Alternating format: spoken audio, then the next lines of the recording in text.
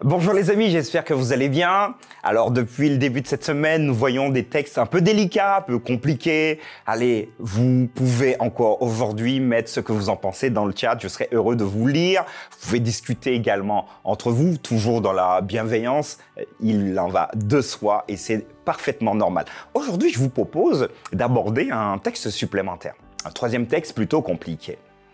Sais-tu qu'un homme peut avoir les clés du ciel, donc permettre à quelqu'un d'y rentrer ou de ne pas y rentrer? Je t'en dis plus.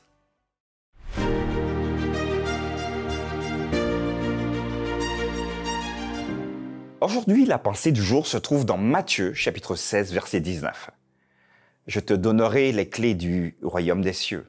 Ce que tu lieras sur la terre sera lié dans les cieux.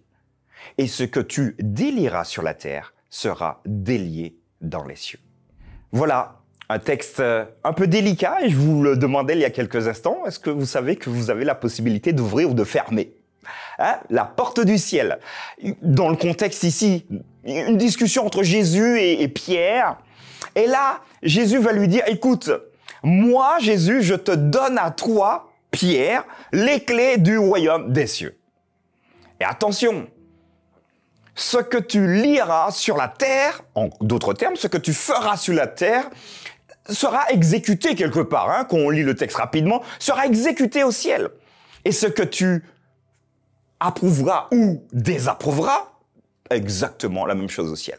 Alors donc, du coup, on se dit, waouh, ah ouais, quand même. Donc nous avons la possibilité, comme Pierre, de pouvoir déterminer qui rentre et qui sort au ciel. Ça marche?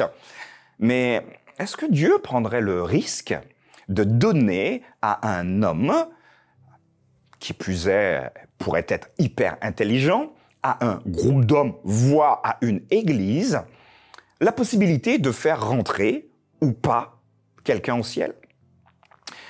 La réponse est pour moi très simple. Pas du tout.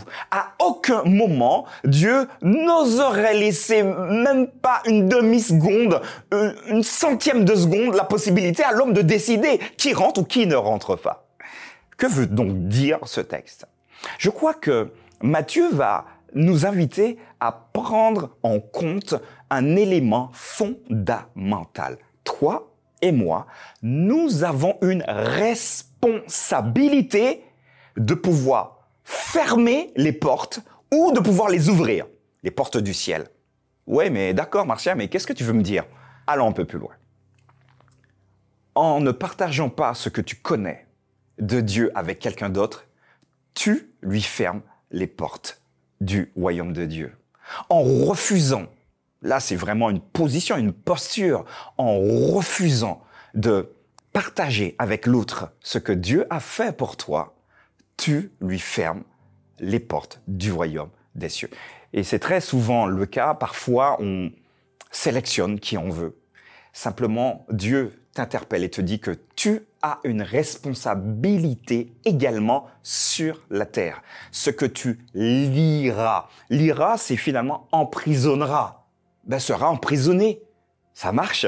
Mais ce que tu délieras ou tu rendras libre quelque part, sera rendu également libre. Tu vas pouvoir donc donner la possibilité à quelqu'un de pouvoir rentrer dans le royaume des cieux parce que tu vas pouvoir le rendre ou la rendre, cette personne, la rendre libre. Est-ce que tu prends en compte cette importance de pouvoir lier ou délier quelqu'un? Est-ce que tu prends, comme moi, l'importance du fait que tu as une responsabilité? Quand nous prenons des décisions, nous ne pensons pas forcément à ce texte, mais nous avons la possibilité, vous et moi, d'écarter quelqu'un d'une manière définitive par notre comportement, par nos mots, par nos paroles du royaume de Dieu. Nous serons tenus malheureusement pour responsables de cela. Mais pas de pression. Laissons Dieu nous utiliser avec nos capacités et là, nous pourrons non pas lier X ou Y, mais vraiment délier le plus grand nombre. Ils sont liés par l'ennemi de Dieu et nous sommes finalement des traits d'union pour pouvoir les délier.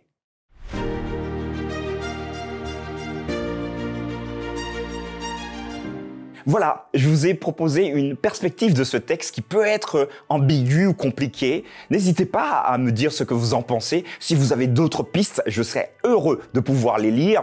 Partagez avec vos amis, vraiment c'est important pour moi de vous le rappeler. Merci pour tous ceux qui nous suivent sur les différents réseaux. Merci également pour ceux qui transmettent à leur groupe aussi sur les différentes plateformes. Et je vous donne rendez-vous demain pour une nouvelle pensée du jour, un texte encore compliqué.